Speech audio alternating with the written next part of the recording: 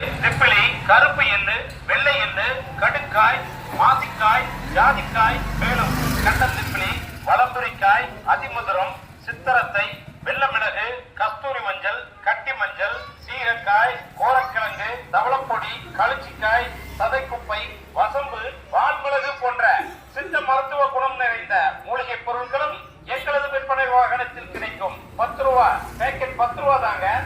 எங்களது விற்பனை வாகனத்தில் சமையலுக்கு தேவையான வாசனை பொருட்கள், மூலிகை பொருட்கள், வத்தல்